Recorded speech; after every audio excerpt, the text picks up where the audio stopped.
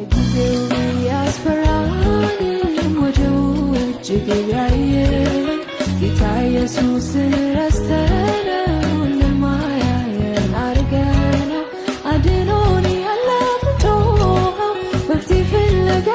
ብንሮጠው መፍትሄው ኢየሱስ አለበት አንሰጥም እንደምንም አይነት መፍትሄው ኢየሱስ አለበት አንሰጥም እንደምንም አይነት ጌታ ኢየሱስ ተኝቶ